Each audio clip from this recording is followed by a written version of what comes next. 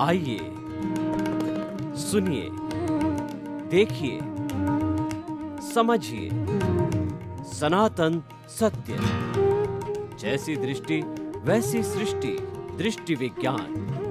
कुदरत, कुदरती रचना एवं कुदरत के कानून से शाश्वत सुख की प्राप्ति।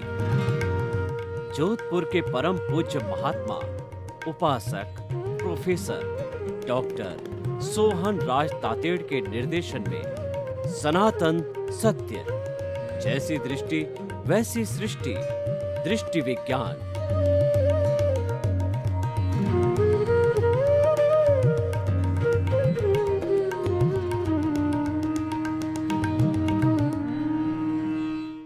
चंदेषु निम्मलयरा आईचेषु अय्यं पयासैरा सागरवर गंभीरा सिद्धा सिद्धिं मम दिशन्तु सिद्धा सिद्धिं मम दिशन्तु। हे मेरे भीतर विराजमान शुद्ध आत्मा परमात्मा, आप मुझे शक्ति दो ताकि कि मैं मुक्ति को जा सकूं और पूरे समस्त लोगों की मुक्ति में भी सहयोगी बन सकूं। सनातन सत्य यह कार्यक्रम हम प्रतिदिन आपको अलग अलग एपिसोड्स के माध्यम से प्रस्तुत करते हैं, क्योंकि हम आपको अपने जीवन की अल्टीमेट रियलिटी सनातन सत्य आपको बताना चाहते हैं कि सार्वभौम सत्य क्या है, इस कॉस्मॉस की अल्टीमेट रियलिटी क्या है।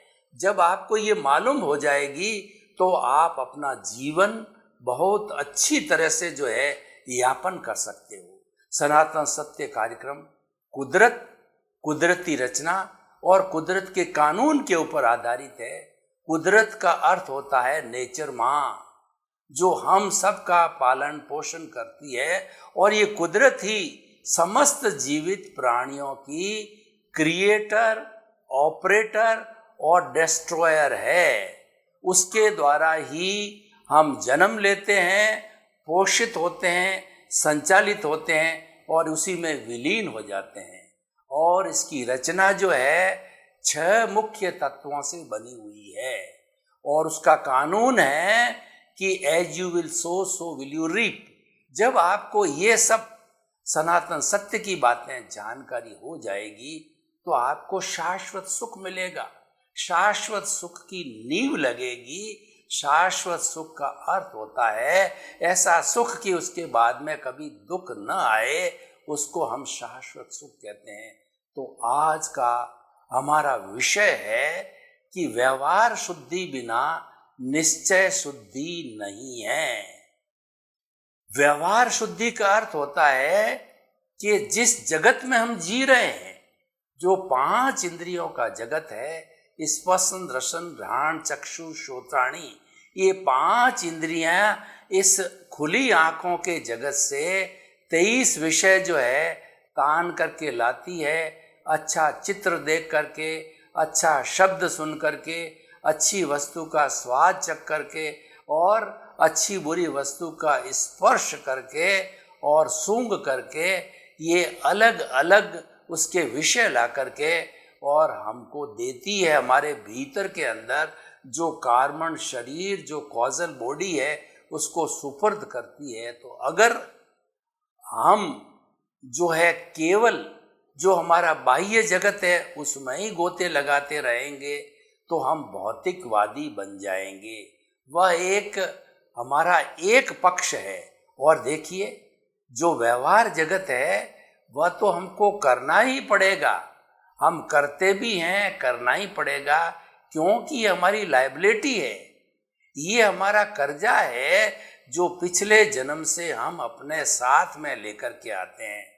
पूर्व जन्म के अंदर हमने कुछ इच्छाएं की थी, हमने कुछ भाव डाले थे, हमने कुछ प्रतिष्ठाएं की थी। उन प्रतिष्ठाओं की वजह से एक सिंगल कॉज को हम कॉज कहते हैं और बहुत से कॉज इकट्ठे हो जाते हैं। Bunch of the cause causal body कहलाता है। और जब हमारा आयुष्य कर्म समाप्त हो जाता है तो उसके समाप्त होने के बाद इस जन्म के अंदर हमारे को जो है वह ये जो जीवन आयुष्य कर्म के अधीन ये जो जीवन मिला है वो द्रव्य कर्म बदले हुए जो पूर्व जन्म में भाव कर्म थे वो बदल जाते हैं और हम जीवन यापन करते हैं। प्रश्न ये है कि हमारा व्यवहार जगत कैसा होना चाहिए। हमारा व्यवहार जगत अच्छा होना चाहिए। अच्छा व्यवहार जगत बनाने के लिए हमारी सोच सकारात्मक होनी चाहिए। हमको दुख में से सुख निकालने की कला आनी चाहिए। देखिए, सुख और दुख वास्तव में देखा जाए तो ये काल्पनिक मान्यताएं हैं, इसका कोई एग्जिस्टेंस नहीं है। उदाहरण के तौर पर एक भिखारी को अगर 10 रुपये दिए जाते हैं तो उसको सुख की अनुभूति होती है, और उसके पास ही एक अच्छे लेवल का अच्छे स्टेटस का व्यक्ति जा रहा है और उसको हम 10 रुपये देते हैं तो वह इसके लिए इंसल्ट फील करता है, अपना तिरस्कार फील करता है, उसके लिए दुख का कारण बन गया। तो ये सुख और दुख मात्र मान्यता है, ये काल्पनिक है, क्योंकि ये टेम्परेरी है, ये आने वाले हैं जाने वाले हैं, आते रहते हैं जाते रहते हैं। तो जो चीज़ आती जाती रहती है और टेम्परेरी रहती है, जो चीज़ किराए का मकान है, तो उस पर हम ज़्यादा ध्यान क्यों केंद्रित करें। हम तो स्वयं के मकान पे ज़्यादा ध्यान केंद्रित करें, यानी हमारा स्वयं का मकान हो तो उसके ऊपर हम फर्नीचर लगावें, डेकोरेट करें, उसको अच्छा बनावें, उसका जो है वो इंटीरियर डिज़ाइन करें, तो वो फलीभूत होता है, क्योंकि वो परमानेंट हमेशा हमारे साथ रहने वाला है। तो हमारा जो ये व्यवहार जगत है ये हमारी लायबिलिटी है, हमको करना ही पड़ेगा। ये टेम्परेरी है, ये नाशवान है, ये आने वाला है जाने वाला है। तो इसीलिए हमें उसके साथ में ज़्यादा जुड़ाव नहीं होना चाहिए। ज़्यादा जुड़ाव का अर्थ क्या हुआ कि जो कुछ भी हमारा दुख आ रहा है जा रहा है उसको देखना सीखो। उस दुख में से सुख निकालने की कला कब आएगी? जब उस दुख को मात्र आप ज्ञाता दृष्टा होकर के देखो कि ये दुख भुगतने वाला अलग है, मैं अलग हूँ। ज्ञान लेने के बाद में हमारा पद चेंज हो जाता है। हम जीवात्मा से अंतर आत्मा में हमको बिठा दिया जाता है, आत्म पद पे बिठा दिया जाता है। तो आत्म पद पे बैठने के बाद जो है हमारा जीवन का लक्ष्य बन जाता है कि हमारा जीवन संतुलित होना चाहिए। और जैसा मैंने बताया कि सुख दुख मात्र काल्पनिक मान्यता है, तो ये संभव कब होगा कि हम सुख और दुख को एक सा मानेंगे। तो व्यवहार जगत को अच्छा बनाने के लिए जीवन में समता का भाव आना चाहिए, दोनों को एक सा समझना चाहिए, चाहे सुख और दुख हो। जब हम उसको एक दृष्टि से देखेंगे तो हम सुख के अंदर ज़्यादा फूलेंगे भी नहीं और दुख के अंदर ज़्यादा डिप्रेशन में भी नहीं जाएंगे। तो ये मैंने व्यवहार शुद्धि की बात की, मैंने जो है बाह्य जगत की बात की। और जब ये सारा व्यवहार जगत है, यानी पूरा कॉजल बॉडी है हमारा, वो व्यवहार जगत के ऊपर आधारित है। हमारा जो सनातन सत्य कार्यक्रम का मुख्य उद्देश्य क्या है कि आपके साथ में जो कॉजल बॉडी, जो अज्ञान जुड़ा हुआ है, उस अज्ञान को वाश करना है, उस अज्ञान की वेल्डिंग को तोड़ना है, उस अज्ञान को मिटा के ज्ञान की प्राप्ति करनी है। रॉन्ग बिलीफ समाप्त करके राइट बिलीफ लाना है। रॉन्ग बिलीफ जो है ये हमारे जो है कर्म का सृजन करती है, कर्मों का आवरण बढ़ाती है। तो उस रॉन्ग बिलीफ को हमें समाप्त करना है। तो ये तो हमारा व्यवहार को शुद्ध करना। तो व्यवहार के शुद्धि के बिना निश्चय शुद्धि नहीं है।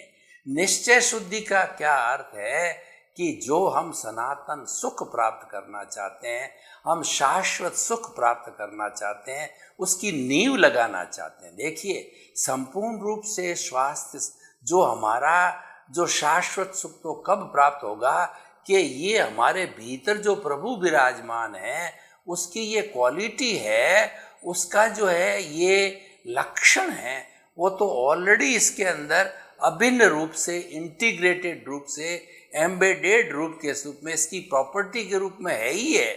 उसको प्राप्त करने की आवश्यकता नहीं है, क्योंकि वो तो उसका लक्षण ही है। किसी चीज का लक्षण होता है, उसको क्या प्राप्त करना।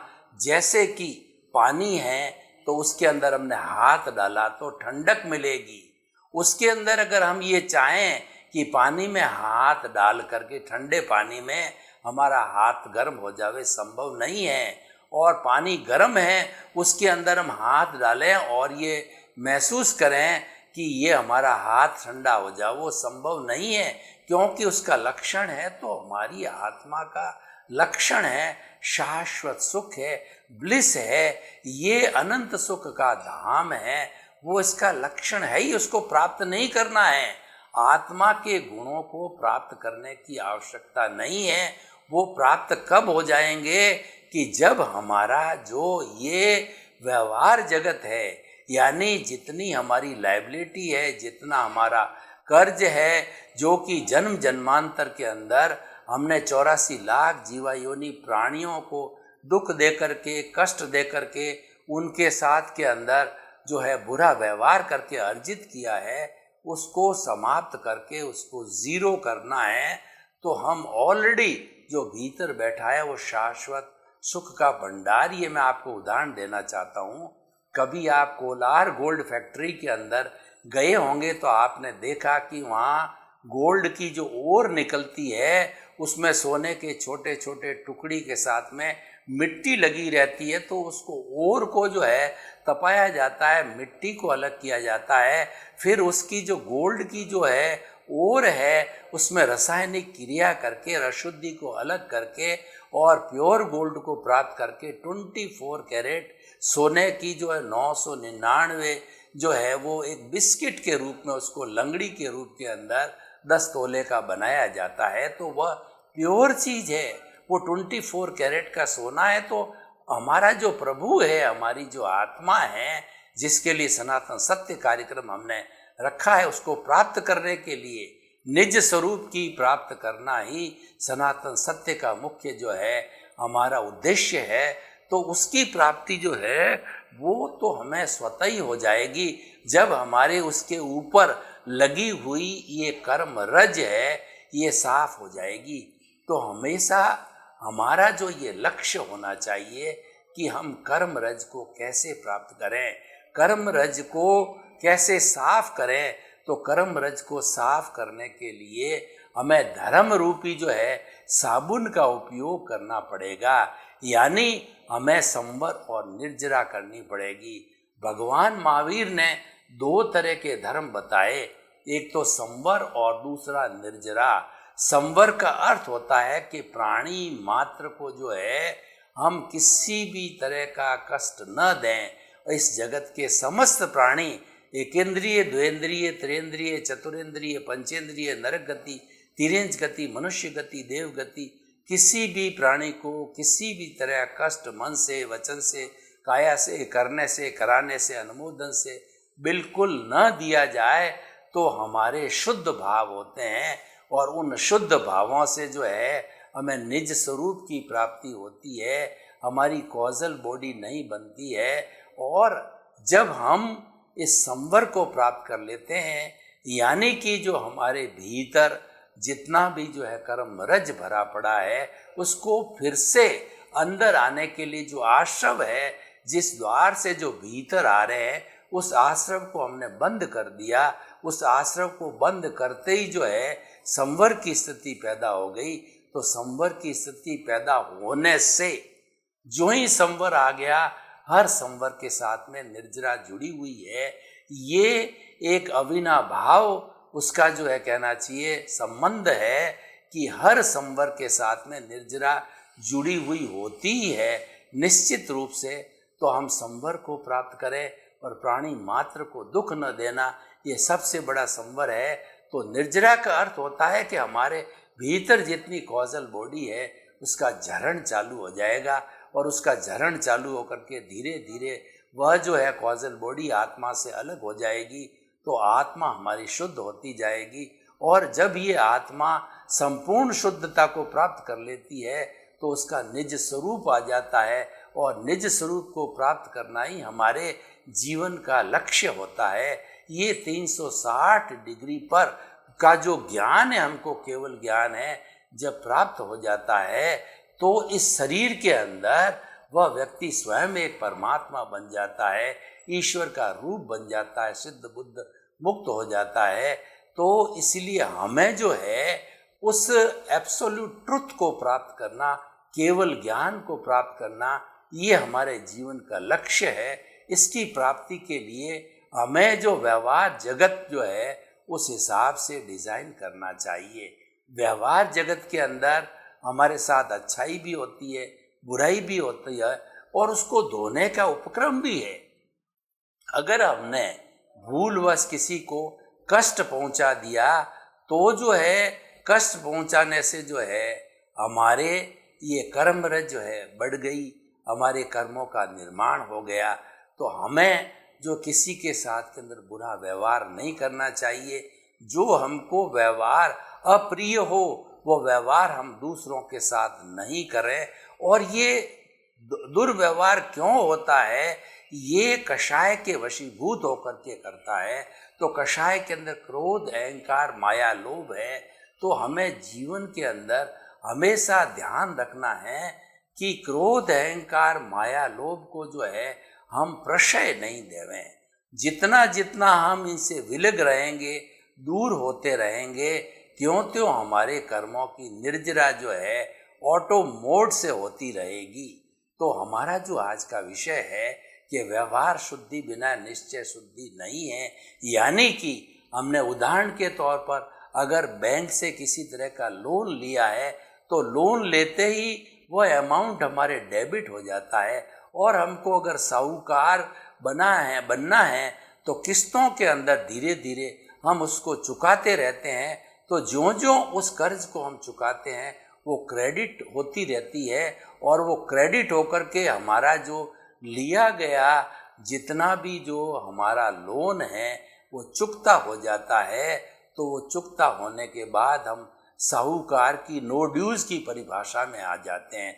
तो इसीलिए हमने जिन जिन 84 लाख जीवा योनियों से जो जो उनके साथ दुर्व्यवहार किया है उनको धोने के लिए हमारे पास साधन है। वो है आलोचना, प्रतिक्रमण और प्रत्याख्यान।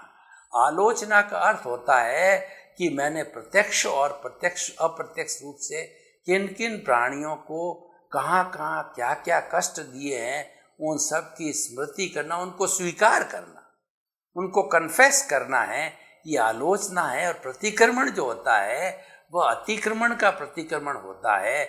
यानी कि जो हमने उनके साथ में अति कर दी है तो उस अति से बचने के लिए हम उनसे क्षमा याचना करें, शुद्ध अंतःकरण से हम उनसे प्रार्थना करें कि जो है हमें आप क्षमा करो, क्षमा करो।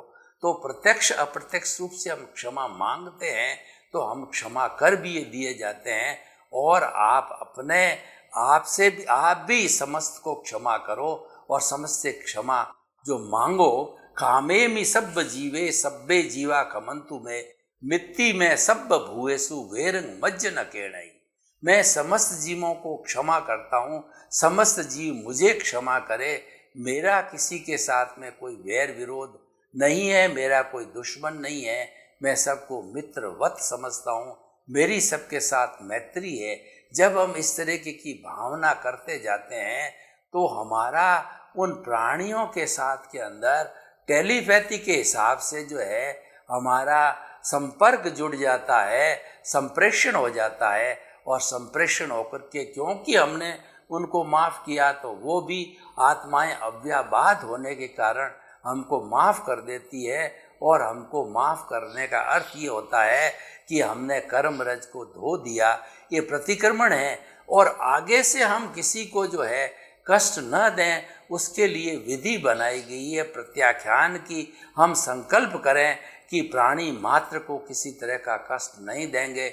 इसको जो है दार्शनिक भाषा के अंदर जो कहा जाता है कि जो है किसी व्यक्ति को कष्ट न देने के लिए दार्शनिक भाषा में कहा जाता है कि प्रत्याख्यान, कि हम अभय दान देंगे इन प्राणियों को, छोटे से छोटे जितने भी प्राणी हैं उन सब को हम अभय दान देंगे कि आप मेरी तरफ से मुक्त हो।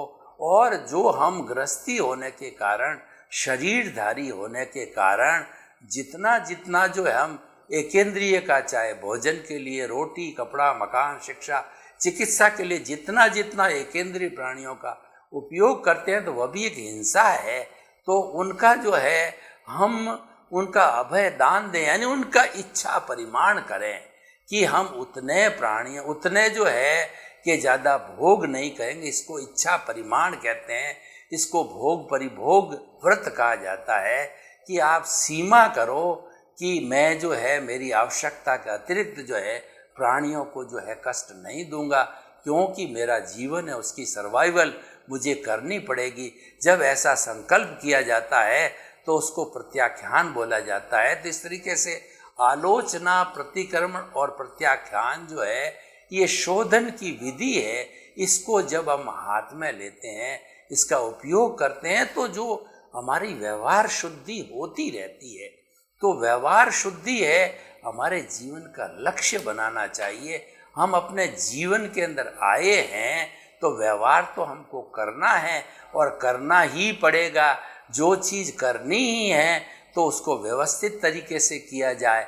व्यवस्थित तरीके से कैसे करें कि हमारे जो सबसे निकट जो पारिवारिक गण होते हैं, हमारे माता पिता, पति पत्नी, भाई बहन, उनके साथ में हम अच्छा व्यवहार करें, उनके साथ में कटु व्यवहार नहीं करें। और हमारा जो वर्किंग प्लेस है, हमारा बिजनेस है या हमारा कार्यालय है जहाँ पर हम 7-8 घंटे काम करते हैं, तो वहाँ पे किसी वाणी को, किसी भी व्यक्ति को तिरस्कार की भाषा नहीं बोलना, किसी के प्रति बुरे भाव नहीं लाना, किसी की इंसल्ट नहीं करनी और किसी को बुरा लगे ऐसा व्यवहार नहीं करना। और टू एयर इज ह्यूमन, इंसान गलती का पुतला ये हो भी जाती है, तो ये होने के बाद के अंदर हमें उस वस्तु से क्षमा याचना कर लेनी चाहिए, कि सॉरी फील करना चाहिए कि मुझे ये करना नहीं था, परंतु कुछ मेरी कमजोरी के वशीभूत, क्रोध अहंकार के वशीभूत होकर के मैंने आपको जो है यह आपके साथ ये गलत सलूक किया।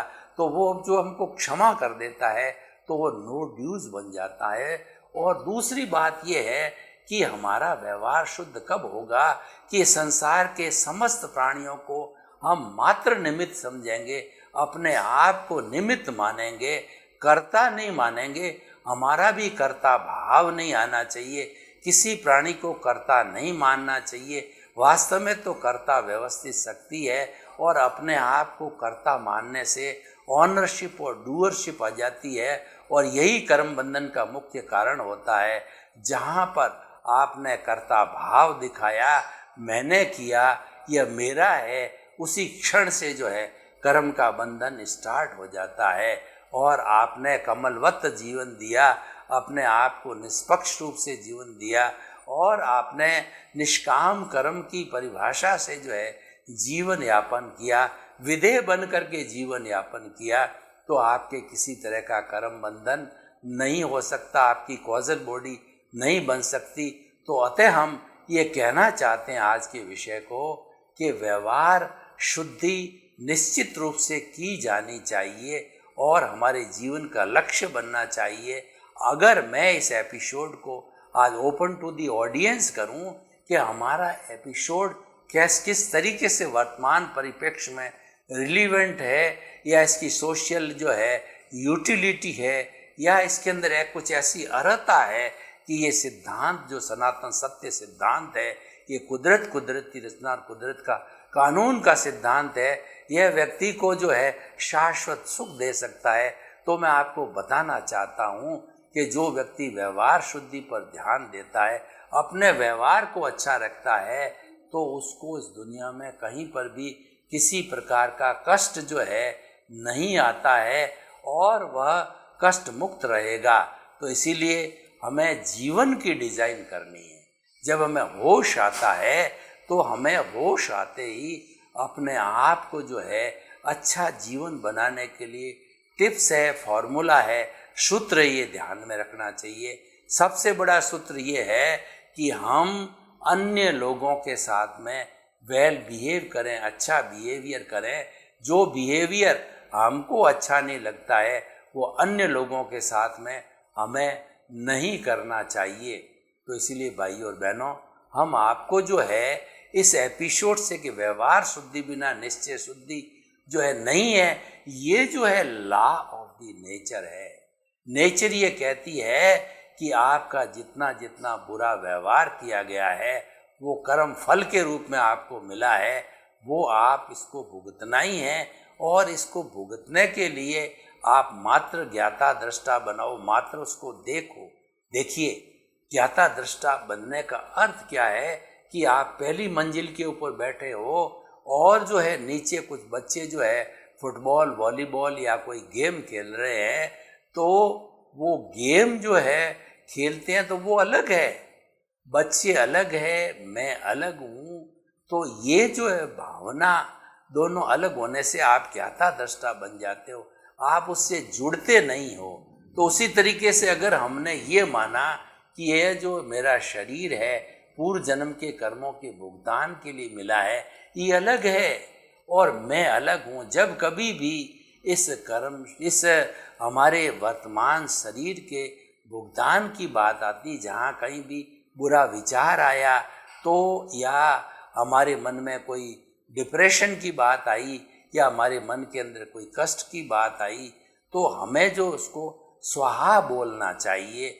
ये मानसिक रूप से हमको स्वाहा ऐसे किया जाता है कि जब हम कोई भी यज्ञ करते हैं और यज्ञ के अंदर जो हमारी जो यज्ञ को शुद्ध करने की सामग्री डाल करके स्वाहा बोला जाता है, तो हमारे बुरे विचारों को, बुरे संकल्पों को हमें स्वाहा करना चाहिए।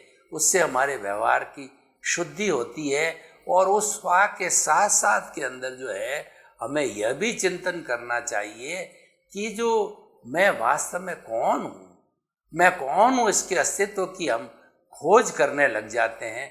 वह निश्चय शुद्धि है। इसको हमारे सनातन सत्य की भाषा के अंदर दृष्टि विज्ञान कहा जाता है।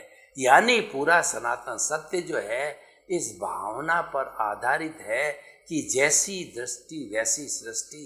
आपकी जो दृष्टि नकारात्मक है उसको सकारात्मक कर दीजिए। आप दुख में से सुख को काट दे, सुख निकालने की कला सीख दीजिए। आप किसी के प्रति वैसा व्यवहार कीजिए जो आपको पसंद नहीं है, तो आपका व्यवहार जगत है वह ऑटोमेटिकली जो है छिन्न भिन्न होने लग जाएगा, यानी कि वह आराम से भुगत लिया जाएगा।